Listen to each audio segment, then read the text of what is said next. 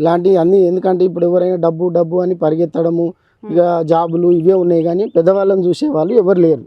దానివల్ల మనం చేస్తే మన పిల్లలు కూడా, మా పిల్లలు కూడా ఏమంటారు, మాకు ఓ పాప ఓ బాబు, వాళ్ళు కూడా నాన్న మంచి పని చేస్తారు, ఇది చాలా మంచిది, ఇది చేస్తే నీ వల్ల ఇంకో నలుగురు నేర్చుకుంటాం, మేము కూడా నేర్చుకుంటాం, మేము ఇంకోరు చెప్పగలుగుతాము, చేస్తే మా పిల్లలు రేపు మేము మీకు చేస్తే మా పిల్లలు మాకు చేయగలుగుతారు అని వాళ్ళకు ఒక సంతోషం. మాకు అది సంతోషం చాలు, డబ్బుల గురించి తర్వాత అని ఆలోచన ఉంది.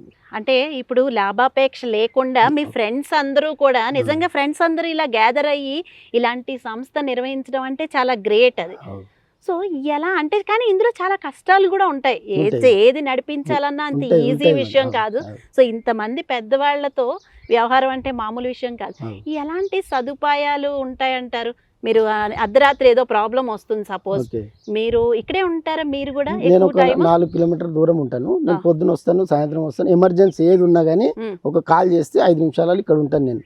ఎమర్జెన్సీ ఏదైనా అంబులెన్స్ కానీ, పెద్ద మనుషులు ఏదైనా అయిందనుకో, వాళ్ళకి టాబ్లెట్స్ కానీ ఏవి ఉన్నా, వాళ్ళకి ఏది అవసరం ఉన్నా 5 నిమిషాలలో నేను వచ్చి ఇక్కడ ఉండి వాళ్ళకి ఏమేమి కావాలనేది నాగమల్లేశ్వరరావు సార్ నాకు ఫోన్ చేస్తాడు. వచ్చి ఏదైనా చేసేది నా బాధ్యత. ఓకే, ఇప్పుడు వాళ్ళకి ఎమర్జెన్సీ అయినప్పుడు, అంటే ఎమర్జెన్సీ వచ్చినప్పుడు వాళ్ళ ఫ్యామిలీ వచ్చే వరకు వెయిట్ చేస్తారా? ఈ లోపు మీరు ఏదైనా మైనర్ ట్రీట్మెంట్ ఇచ్చి హాస్పిటల్లో చేర్చడం లాంటివి చేస్తారా? చేస్తాం మేడం. అలాంటిది ఏంటంటే వాళ్ళకి మేజర్ మామూలుగా బీపీ డౌన్ అయినా, ఎక్కువైనా తక్కువైనా వాళ్ళకి టాబ్లెట్ ఇవ్వడం, లేదు అంతా కూడా మళ్ళీ కాలేదనుకో హాస్పిటల్ కూడా పోయి అడ్మిట్ చేయడం, వాళ్ళకి ఫోన్ చేసి మాట్లాడియడం, మా మనిషిని ఒక మనిషి వాళ్ళ దగ్గర హాస్పిటల్లో పెట్టి వాళ్ళు వచ్చిందాక చూసుకోవడం.